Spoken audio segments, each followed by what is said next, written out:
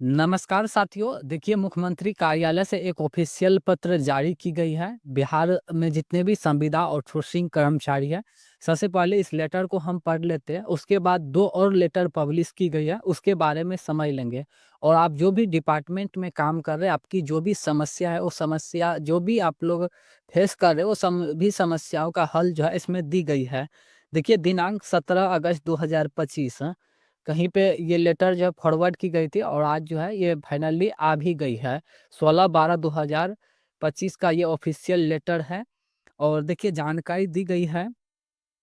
दिनांक 17 अगस्त 2025 को हाजीपुर नगर परिषद अंजनी पीर चौक स्थित होटल ग्राउंड प्लाजा के सभागार में बिहार राज्य अपरिवर्तित कर्मचारी महासंघ मुसी गुट बिहार के विभिन्न जिलों से आए संघों एवं विभागों के प्रतिनिधि प्रेक्षक साथी भाग लिए थे। उपस्थिति पंजी पर उपस्थिति साथियों का हस्ताक्षर, जिला एवं मोबाइल नंबर अंकित है।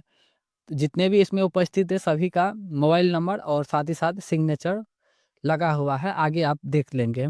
देखिए, जानकारी दी गई है। कार्यक्रम के प्रारंभ में ही कर्मचारी संघों के प्रतिनिधित्व गण सर्व श्री मिथिलेश सिंह और अनुपूरक श्री वीरेंद्र कुमार सिंह जो भी है यहाँ पे सभी का मेंशन डिटेल है। देखिए, जानकारी दी गई है।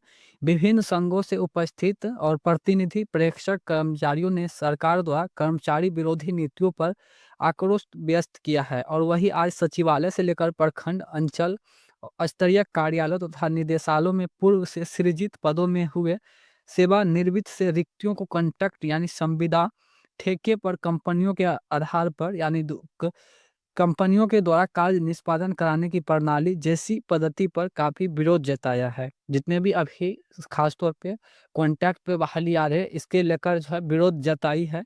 और देखिए, कर्मचारी नेताओं का तर्क है कि ऐसी पद्धति को बढ़ावा देना जनहित में भी नहीं है, जिसका ज्वलंत उदाहरण राजस्व विभाग के कार्य प्रणाली में देखने को साफ मिल रहे हैं। भूमि के कामकाजों का ऑनलाइन कंप्यूटराइजेशन का कार्य विगत कई वर्षों से कंपनियों के माध्यम से कराया जा रहा है। जब भी प्रारूप प्रकाशन होता है तो काफ़ी त्रुटियां भी देखने को मिलती है, जहां पर कंप्यूटराइज खाता संख्या और साथ ही साथ प्लॉट नंबर भी गायब देखने को मिल जाते हैं। और प्लॉट नंबर जो अंकित रहता है तो उसमें कहीं पे शून्य रकवा हो जाती है, तो कहीं पे प्लॉट नंबर गलत मतलब हो जाती है। अन्य काफ़ी सारी समस्या देखने को मिलती है और इसी को लेकर जनता जनार्दन भी परेशान रहती है। यह कॉन्ट्रैक्ट ठेका प्रणाली द्वारा संपन्न कराए गए कार्यों की गुणवत्ता का परिणाम है। ऐसी स्थिति लगभग ज़्यादातर विभागों में देखने को मिलता है। बात सही है, क्योंकि बिहार में ज़्यादातर जो है आउटसोर्सिंग पे बहाली देखने को मिल रही है काफ़ी सारे विभागों से। और उसमें कोई भी एग्ज़ाम इंटरव्यू नहीं होती है। आपका क्वालिफिकेशन के अनुसार जो है 1.5-2 लाख में नौकरी दे दी जाती है। इसका विरोध जताई है। और देखिए, जानकारी दी गई है ऊपर अंकित उदाहरणों से। जहां और एक गुणवत्ता का सवाल है, वही दूसरी ओर भारी संख्या में रिक्त पदों का दक्ष और युवकों की बहाली नहीं होने से बेरोजगार की फौज खड़ी हो रही है। वक्ताओं ने कहा है कि सरकार की कर्मचारियों के प्रति उदासीनता या इच्छा शक्ति की कमी पर नाराजगी व्यक्त किया है। बढ़ती हुई महंगाई एवं राज्य कर्मियों को वेतन भत्ते की राशि को आयकर के फॉर्मूले के जाल में घेर कर कर्मियों के वेतन में मोटी रकम आयकर के रूप में वसूल करने पर भी राज्य कर्मियों की नाराजगी खुलकर सुनने को मिला। और वक्ताओं ने वेतन भत्ते की राशि की गणना करने को कहा है, तो 12 माह के वेतन आयकर की कटौती, देखिए जो आप लोग को सैलरी मिल रहा है उसमें से जो जीएसटी काट लेती है, इस पे भी घोर निंदा की है। और देखिए, जानकारी दी गई है। 12 महीने सैलरी के बाद भी शेष बची राशि मात्र 10 से साढ़े 10 माह के वेतन के बराबरी होती है। उसी राशि से पूरे पूरे 12 महीने की खरीदारी बाजार से करना पड़ता है, जो उक्त खरीदारी पर ही टैक्स पहले से ही निर्धारित है। यानी यह कहे कि सरकारी कर्मचारी दोहरे टैक्स की मार झेलने को मजबूर है। बात सही है, आपको जो भी सैलरी मिल रहा है उस सैलरी से भी टैक्स ले लेती है।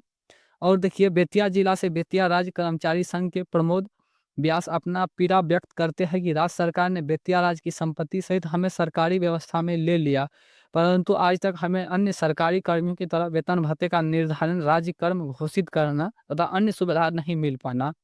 राज्य पंचायत सचिव ने साथियों से कहा कि हमारा वेतन ढावा जिला केडर के कर्मियों जैसा है, परंतु हमें राज्य के विभिन्न जगहों पर पदस्थापित किया गया। बढ़ती हुई महंगाई में हमें पारिवारिक दायित्वों के निर्वहन में भी कठिनाई हो रही है। मेरे आश्रितों के शिक्षा, चिकित्सा आदि कैसे होगा? हमें जिला केडर का निर्धारण किया गया है। आगे देखिए, प्राथमिक शिक्षक के प्रतिनिधि श्री अनुज कुमार ने कहा है कि सरकारी नीति पर आक्रोश जताते हुए कहा है कि सरकार एक ही पद के अंदर कई पदों से नामित, जैसे शिक्षक संवर्ग में पंचायत शिक्षक, प्रखंड शिक्षक, बीपीएससी शिक्षक, नियोजित शिक्षक आदि सृजित कर वेतन ढांचा भी अलग अलग दो किया गया है, जबकि सभी का कार्य एक ही डिग्री के काम है। जिला अध्यक्ष और जिला महासंघ वैशाली की शत्रुघ्न प्रसाद सिंह ने कहा है कि एक ही पद के अंदर कई पदों का नाम दिए जाने, जैसे लिपिक संवर्ग में और कार्यालय सहायक, बेल्ट्रॉन पैनल से नियुक्त कार्यपालक सहायक, डाटा एंट्री ऑपरेटर यदि से चिन्हित किए जाने तथा सभी का कार्य प्रणाली सामान्य लिपिकों जैसा ही निर्धारित किए जाने का शेष व्यक्त करते हुए डिबाइंग रूल और पॉलिसी के तहत कर्मियों को अलग अलग नामों से बांटकर रखने का राजनीतिक साजिश बतलाया है तथा नाराजगी जाहिर की है। उन्होंने ये भी कहा है कि राज्य महासंघ बिहार सरकारी कर्मियों के लिए पुरानी पेंशन नीति पुनः चालू किए जाने के साथ साथ नई पेंशन नीति तथा यूनिफाइड पेंशन नीति को समाप्त किए जाने की मांगों को दोहराया गया है।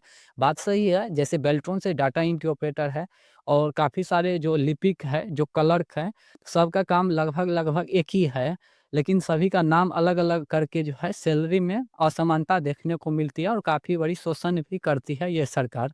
और देखिए, जानकारी दी गई है, अध्यक्षीय अनुमति अनुसार अधिवेशन सभा को कर्मचारी नेता सर्वश्री वीरेंद्र कुमार सिंह, अध्यक्ष पंचायत सचिव और बिहार पटना अनुज कुमार सिंह, प्राथमिक शिक्षक संघ वैशाली श्री कैलाश प्रसाद, अन्य जो भी है यहाँ पे सभी जानकारी दी गई है और सभी का नाम दी गई है। और आगे देखिए, जानकारी दी गई है, अधिवेशन के अंतिम चरण में अध्यक्ष मंडल द्वारा आगामी सत्र के पदधारकों के चयन प्रक्रिया पूरा करने के लिए एक पैनल कमेटी का गठन किया गया है।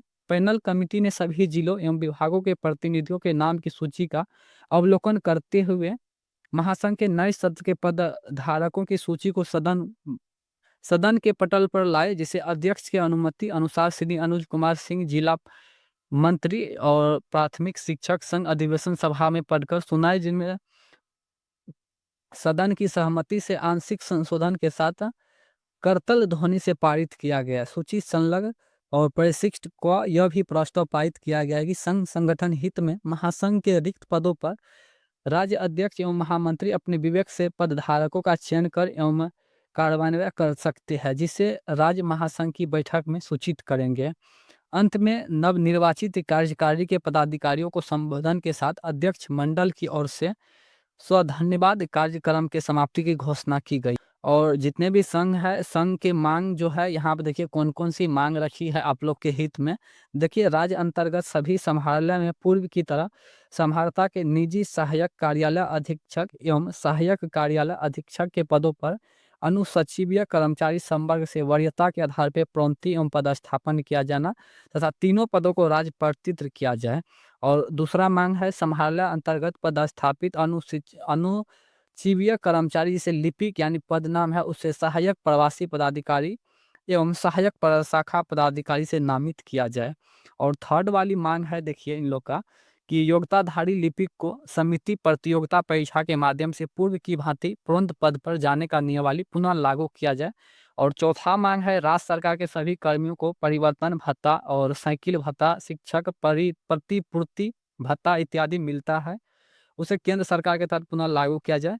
और पांचवा मांग है, केंद्र की तरह जैड कोटि के वर्गीकृत शहरों के लिए निर्धारित मकान किराया भत्ता 7.5% तक का भुगतान सभी प्रखंड, अंचल एवं विद्यालयों में कार्यरत शिक्षक एवं प्रखंड अंचल कर्मियों को भी किया जाए। कार्यालय में लिपिक संवर्ग के अंदर विभिन्न पद जैसे कार्यपालक सहायक, डाटा एंट्री ऑपरेटर, बेल्टोन से लिए गए कंप्यूटर, हैंड का कार्य पद्धति एवं अन्य कार्य कार्यालय सहायक जैसा ही है। अतः राज्य सरकार के सभी कार्यालयों में वैसे कर्मी को कार्यालय संचालन कार्य करते हैं और विभिन्न पदनामों से चिन्हित है, उसे सेवा संवर्ग नियमावली में संशोधन करते हुए और अपरिचित कार्यालय और सहायक के पद पर चिन्हित किया जाए। बात सही है, जो भी है डाटा एंट्री ऑपरेटर, कार्यपालक सहायक, जो लिपिक है, सभी को एक समान देखना चाहिए और समान सैलरी देना चाहिए, क्योंकि सभी का काम एक समान होती है। बाकी और भी जानकारी दी गई है, राज्य के सभी राज्य कर्मियों के लिए पुराने पेंशन नियमावली को भूत लक्ष्मी प्रभाव से लागू किया जाए तथा माननीय जनप्रतिनिधियों को असीमित वेतन भत्ता की वृद्धि एवं बहुस्तरीय पेंशन भुगतान नीति पर भी रोक लगाया गया है, ताकि सम्मान प्रतिष्ठान 1988 के पूर्व जैसी बहाल रह सके। और आगे देखिए, माननीय उच्च न्यायालय पटना द्वारा CWT जो भी है केस संख्या इतना इतना प्रोन्नति नियमावली 1993 के आलोक में वर्णित कालावधि के आधार पर भूत लक्ष्मी प्रभाव से स्नातक प्रशिक्षण वेतनमान प्रधानाध्यापक के पद पर प्रोन्नति प्रदान किया जाए और प्रतिवर्ष जून, जुलाई एवं दिसंबर में ही शिक्षकों एवं विद्यालय अध्यापक को स्वैच्छित स्थानांतरण नियमावली लागू करते हुए स्थानांतरण किया जाए और साथ ही साथ नियमित एवं अनियमित शिक्षकों को स्नातक ग्रेड प्रोन्नति दिया जाए और नियोजित शिक्षकों को नगर शिक्षा, प्रखंड शिक्षा, पंचायत शिक्षक, विद्यालय अध्यापक, विशिष्ट शिक्षक के वर्गीकरण को हटाते हुए सहायक शिक्षक का दर्जा दिया जाए। नियोजित शिक्षकों को समान काम का समान वेतन दिया जाए और सभी शिक्षकों को पूर्व की भांति स्वैच्छित स्थानांतरण नियमावली लागू किया जाए। नियोजित शिक्षकों का स्थानांतरण संबंधित विपत्ति निकाली जाए और नियोजित शिक्षकों को नियमित रूप से प्रति महीने की पहली तारीख को वेतन का भुगतान किया जाए और सभी संवर्ग के शिक्षकों को गैर शैक्षणिक कार्य से वंचित किया जाए और स्नातक ग्रेड में प्रोन्नति शिक्षकों को एक वेतन वृद्धि का लाभ दिया जाए और सभी नियमित और अनियमित शिक्षकों को DLED में उत्तीर्ण नहीं हुए हैं तो उन्हें उन पद पर देते हुए प्रशिक्षण प्राप्त करने का अवसर दिया जाए और सेवानिवृत्त होने वाले शिक्षकों को सेवानिवृत्ति की तिथि को ही सेवांत लाभ का भुगतान किया जाए और मोबाइल नेट की परेशानी को देखते हुए शिक्षकों की उपस्थिति ऐप से न होकर के पूर्व की भांति उपस्थिति पंजी पर दर्ज करने की व्यवस्था की जाए। और आगे देखिए, जानकारी दी गई है, विद्यालय में कंप्यूटर शिक्षा की बहाली करते हुए कार्य हेतु कंप्यूटर की व्यवस्था की जाए। स्नातक और प्रशिक्षित वेतनमान के शिक्षकों को तृतीय MMSc एवं प्रधानाध्यापक वेतन में द्वितीय और तृतीय MSc की स्वीकृति दी जाए। बिहार पुलिस सैलरी पैकेज चौकीदार दफादारों को भी उपलब्ध कराने के संबंध में और सेवा संपुष्टि MPCB और MPBC के लाभ चौकीदार दफादारों को भी शीघ्र उपलब्ध कराने के संबंध में, चौकीदार दफादारों के वेतन पुलिस की तरह हर महीने नियमित करने के संबंध में, वरीयता के आधार पर योग्यताधारी चौकीदार दफादारों को शीघ्र प्रोन्नति देने के संबंध में और वर्ष 1990 से खाली रिक्त जगहों पर चौकीदार एवं दफादारों को शीघ्र बहाल करने के संबंध में, चौकीदार और दफादारों को अपने अपने क्षेत्र में बीट में ही ड्यूटी करवाने के संबंध में, चौकीदार के द्वारा थाना कैदियों को न्यायालय में बिना पुलिस को ले जाने पर प्रतिबंध शीघ्र लगाने के संबंध में, सेवा काल में मृत चौकीदार दफादारों के जो भी आश्रित परिवार है उन सभी को लाभ दिया जाए, अनुकंपा का भी लाभ दिया जाए। सेवानिवृत्त होने वाले चौकीदार एवं दफादारों के आश्रितों को सभी प्रकार का लाभ एवं अनुकंपा के आधार पर शीघ्र बहाल करने के संबंध में और भी जानकारी दी गई है, इसको आप डिटेल से पढ़ लीजिएगा और यहाँ भी जानकारी दी गई है। तो इस पत्र के तात्पर्य ये है, देखिए एक यहाँ पे देखेंगे तो ऑफिशियल हम आपको बता देते हैं। देखिए, बिहार राज्य अराजपत्रित कर्मचारी महासंघ, ठीक है, मतलब बिहार पटना। देखिए, बिहार राज्य अपरावर्तित कर्मचारी महासंघ का मतलब ये हुआ कि बिहार में अभी जितने भी कर्मचारी हैं और उसके साथ हो रही जो भी परेशानी है उसको एक मंच पर लानी और इस मंच पर जो है जो भी कर्मचारी है जो भी डिपार्टमेंट में, तो मंच पे भाग लिए थे और अपनी अपनी बात रखे थे और सभी बात क्या रखे थे ये यहाँ पे आप लोग देखे होंगे। देखिए आगे यहाँ पे देखिए डेट मेंशन की हुई है।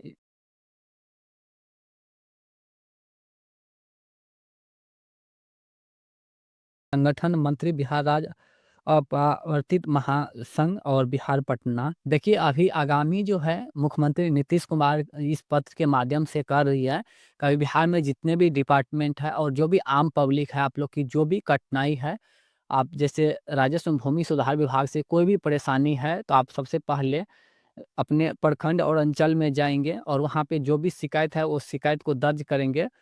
19 जनवरी 2026 से जो है माननीय मुख्यमंत्री नीतीश कुमार हर डिपार्टमेंट का दौरा करेगी और जो भी डिपार्टमेंट है तो देखेंगे तो सप्ताह में 2 दिन जो है शिविर लगने जा रही है और बिहार के जितने भी डिपार्टमेंट है हर डिपार्टमेंट के जो शीर्ष अधिकारी है वो इसमें भाग लेंगे और आम जनों की जो भी शिकायत है और जो भी उस डिपार्टमेंट में कर्मचारी है उनकी जो भी समस्या है, आप हमको हम पहले भी अवगत करवाए थे, आपकी जो भी समस्या है, सैलरी नहीं बढ़ रही है, परमानेंट की सुविधा है, समय पे सैलरी नहीं दे रही है, तो आप एक लेटर तैयार कीजिए और अपने जो डिपार्टमेंट है, डिपार्टमेंट के शीर्ष अधिकारी को अवगत करवाइए। आपकी बात जो है मुख्यमंत्री तक रखेंगे। ये जानकारी हम पहले भी अवगत करवाए थे। ये लेटर के माध्यम से जानकारी दी गई है और बाकी ये भी यहाँ पे जानकारी दी गई है, जो भी अभी कर्मचारी है, आप लोग का जो सैलरी है मतलब 1 साल में 3 लाख होना चाहिए, 3 लाख से अधिक नहीं होना चाहिए। 3 लाख से अधिक होगा तो 1000 रुपया काटे जाएँगे। ठीक उसी प्रकार नीचे आ जाएँगे तो 3 लाख से 10 लाख के बीच रह जाती है, उससे बाहर जाती है तो इतना रुपया आपसे काट ली जाएगी, यहाँ पे डिटेल दी गई है। बाकी ये लेटर को फॉरवर्ड की गई है और जो है बहुत जल्द इससे पॉजिटिव न्यूज़ देखने को मिलेगा। ख़ास करके जो बिहार में लगातार आउटसोर्सिंग पे बढ़ावा दे रही है सरकार और लगातार जो है धांधली चल रही है, 2 लाख दीजिए और जॉब लीजिए। तो इन सब कामों को रोका जाए जल्द से जल्द और जो भी है इस पे नियमित नियुक्ति किया जाए ताकि जो भी मतलब शिक्षित है, जो भी डिग्री धारक है उसको जॉब मिले। बाकी इस प्रकार से जो भी आउटसोर्सिंग पे बहाली है तो ये बंद हो और जो भी शोषण हो रही है तो ये शोषण बंद हो। जो भी मतलब कर्मचारी पहले से बहाल है तो सरकारी कर्मचारी की तरह ही उसको समान देखा जाए क्योंकि सभी का काम एक समान होती है। तो समान जो है सैलरी भी होना चाहिए और समान उन लोग को इज़्ज़त भी होना चाहिए। क्योंकि एक ही काम करते हैं और वो सरकार अपनी कमीशन के चलते जो है आउटसोर्सिंग जो है प्रथा अपनाई है और जो है शोषण कर रही है। तो ये सब नहीं चलने वाली है, अब जग चुकी है कर्मचारी और कर्मचारी के संघ भी। तो बहुत जल्द मिलते हैं नेक्स्ट वीडियो के साथ। अगर कोई कन्फ्यूजन है तो आप कमेंट करिएगा। धन्यवाद।